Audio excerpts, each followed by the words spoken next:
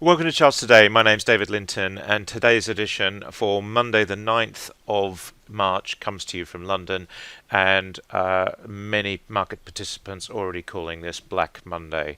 Markets down very significantly, and the big one is crude oil down some 20-30% today, which we've been calling for quite some time, so we'll have a look at that when we get there. But the key thing here is I'm running this system here on Thomson Reuters Icon with Updata. Of course, it can be from any data service you want. So I'm running here on Thomson Reuters Icon. We're looking at the dollar index here, and I've got 6 charts open. This is a weekly chart, a long-term chart with targets, my daily chart, medium-term targets, and my 60-minute chart, short-term targets. These are cloud charts, the Ichimoku clouds, which I'm lecturing on tomorrow evening at the London School of Economics. Sorry, Wednesday evening at the London School of Economics. Tomorrow night I'm talking at the Institute of Chartered Accountants. That's assuming it doesn't get cancelled with coronavirus fears. But at the moment, this is weekly, long-term, daily, medium term, and short term, 60-minute.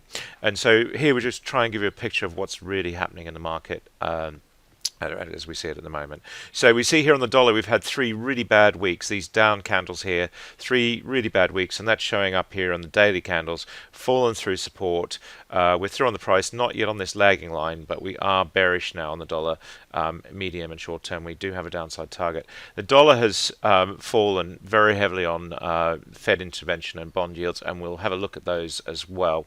Looking at the euro, that means that the euro has actually gone up very significantly against the dollar. We've had 3 very strong weeks. This is more about dollar weakness than it is about euro strength, but we are seeing still upside potential on the Eurodollar of about 3.5%, and of course this long-term target now starting to look quite interesting. The yen is normally a safe haven at times of uncertainty like this, and we have seen a flood of money into the yen over the last 3 weeks. Having just broken out, it was looking quite strong for the dollar against the yen. We've completely reversed and gone the other way. No real clear downside targets. We've got maybe 4 to 9% further downside targets, but of course this move is very significant, very sharp, so we may well find that we get a little bit of a relief rally. Looking at sterling, sterling has actually risen against that weaker dollar. We're back above the 130 mark, and we are looking quite bullish here. But we have run a long way, so we shouldn't be too surprised to see sterling coming back this week. And against the euro, sterling is actually in quite a solid sideways range of about 116, 114 at the moment. Depending on which way we break, that will govern the next direction. Does look a little bit weak here. For sterling, it does look like the euro will gain the upper hand and sterling will go lower, so quite interesting that we're seeing that there. All eyes on the UK budget on Wednesday, of course, as well. Looking at sterling against the Swiss franc, Swiss franc obviously is a safe haven, and we're seeing that sterling is falling quite sharply here as well. Bitcoin has been hit pretty hard as well. Over February we saw Bitcoin falling further. Long term we're still on the bullish side of this cloud, but medium term we're starting to come under pressure, and short term we're seeing a fall away. Looking to US stock markets now, the S&P 500 index closed down 1.7% on Friday. We're seeing here this big fall, and then just trying to find some support. We've got downside targets that were activated on Friday, but we managed a little bit of a relief rally at the end of Friday, which meant that the market actually managed to recover and not activate those downside targets. But all eyes on the future today. This is the NASDAQ index. If we look at the Dow, Dow was down 1% on Friday, and then the Russell 2000, the broader-based US market 2000 stocks, is actually looking very bearish indeed. So we're seeing the small caps being hit. But the big thing is the futures. So if we look at the US futures this morning, we see the S&P E-mini future. It's down 4.2%, making new lows. That is going to drag the market lower. We're expecting the US to open dramatically down. We're seeing downside targets of 10% short term, 20% more longer term. So this route looks like it's got at least 10% further to run, maybe as much as 20%. But it does look like we haven't found the bottom yet for markets. And that's on top of these falls already, of course. So here we're seeing the NASDAQ down 4%, the NASDAQ future, and that's looking quite grim as well, and this chart's starting to come below the cloud. We've got a big downside target, 20% on this market. The shorter term target's less clear. Looking at the UK market, we see the FTSE is down nearly 7% this morning.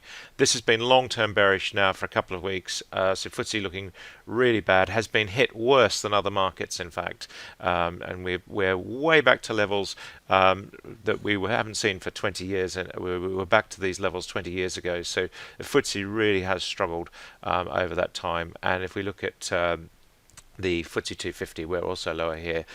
Downside target's less clear on the FTSE, so it is harder to call. But of course, with that US downside target, it will be hard for the UK market to buck that.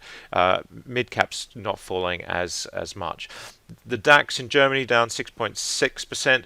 It's particularly vulnerable to the Chinese situation with the big import and export market that Germany has, and we are seeing also that stronger euro will have an effect on top German companies. So we are bearish on the long term, bearish on the medium and short term charts. We've got downside potential here of 18% on one of the charts here. So markets could still fall a lot further. Of course, the markets will be pricing in everything they fear and know at the moment. And we're seeing the CAC 40 in Paris down 7% as well. And in Japan, we were down 5.5% on the Tokyo index. So that market also long term bearish as well. Hang Seng was down 4%. So that's also looking bearish, and of course the Shanghai Composite Index has been largely held up by the Chinese government with their intervention. So we did see a very strong recovery in February, which is ironic given the scale of the outbreak there. But we're now starting to see a sell-off occurring, and we've got a lot of downside targets, big downside targets on China. We've been worried about these for some time. In fact, we were commenting about these in 2018, these targets being a concern. And so it does look like China's crisis might well be coming home to roost in global markets. The Sensex in India down 5%. It's bearish on all time frames. Downside targets a bit less clear here, 3% lower, and the Aussie market down 7.3%. This was probably the worst performing stock market in Asia overnight, and obviously a very resource laden market. So we are seeing here starting to look very long term bearish there as well. Brent crude, as we mentioned, has been down as much as 30% this morning. We've been calling 32 as the target for Brent for quite some time. We've got another target at 28. $30 basically is the new price for oil, and anyone who's been following on LinkedIn or Twitter will know that that's the price we've been calling for quite some time. The targets have been telling us that. WTI also pushing lower here, down at the 32. It's recovered above 30. It has been below $30 this morning, and I'll be giving my usual webcast in the 10 o'clock New York time in the US later today. So we are seeing here crude oil looking really bad. US NatGas down 4%. The cost of carry of bringing US NatGas to Europe now doesn't make sense. So no one wants this gas, and we are seeing now we're down at 162, and we've got further to fall here. We've got a downside target as low as 123. Seems unlikely, but it's there all the same. Gold, of course, is one of the beneficiaries of this time in crisis, but we've even seen gold has been selling off at times in this very much this sell every asset mentality. But we have activated an upside target for gold. It's 28% higher this morning. We need to close at this level to activate that target properly. We've got another medium-term target of 10% higher. Of course, there's not many things giving upside targets, but gold is one of those things. Silver, not so much. It's got an industrial aspect to it, and so it's struggling to make new highs, and Chinese demand being a factor there as well. The big chart is US 10-year yields. So this is 10-year government yields in the US. They were as much as 3.5%, with interest rates muted to be going to 4% in 2018. We've fallen all the way. That Fed intervention, we're down. We've been as low as 0.4% on US 10-year yields, and we are recovering. We're actually in the 0.3%. We are recovering to 0.7% this morning. We do have 0.72 as an upside target, but Bond yields have just completely fallen off a cliff, and that means a flight to quality. Here we look at the German government bond. This is the bond future, the Bund, and we're seeing here we've had a lot of volatility in bonds, but we are seeing here this general move to new highs. Bonds were selling off significantly last year, and we've now got new upside targets, some 27% higher there as well. As I said, this data coming from Thomson Reuters Icon, and then if we look to just some of the energy markets that I cover for clients, we've already covered crude oil. Coal is looking really bad. It's hitting new lows at about $54 a ton, and it's significant. This is Rotterdam coal API2 with a further 9%. 8% downside potential there. Emissions, carbon emissions, as traded on the ICE exchange, we're seeing here carbon emissions also falling lower, and we've got downside potential here of 5 and 14% on emissions. They've held up relatively well compared to other assets in energy, but we do see them falling away as well. We've got UK gas, MBP, National Balancing Point. UK gas is down this morning. It's broken below. It's holding up relatively strongly. It's not making new lows significantly. That's divergent with the crude oil price, of course.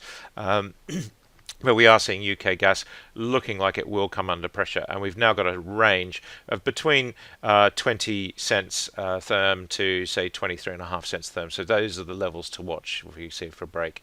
Dutch gas, the main European contract, TTF, the front month contract, we're seeing back at €8.35. That's looking weaker. We have been as low as 8.20 this morning. We do have downside targets here. We're meeting these downside targets. Notice these were given a long time ago, but we still do have 6 and 7% lower targets. Taking a look at the German power contract, this is the main power contract in Germany. We're seeing here a downside potential of a further 12% in German power. That was given last week.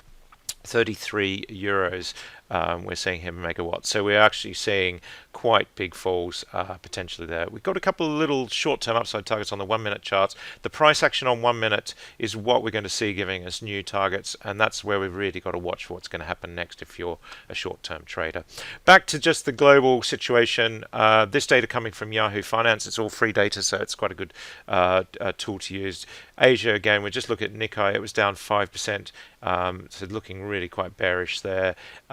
Also, the COPSI, of course, has suffered as well. This is the Korean index, South Korean index, and we're quite a bit lower here as well on the COPSI, so that's not great, but pretty well everything down. Looking at the Dow on Friday, we did have Walgreens. They were up actually 3.5%. They did give a little buy signal on the short term, but we've underperformed the Dow Jones index by 40% this year so far, so it's not really any consolation. Banks were heavily hit on Friday. JP Morgan were down 5%. ExxonMobil and JP Morgan, of course, with news item on their CEO having a hospital treatment.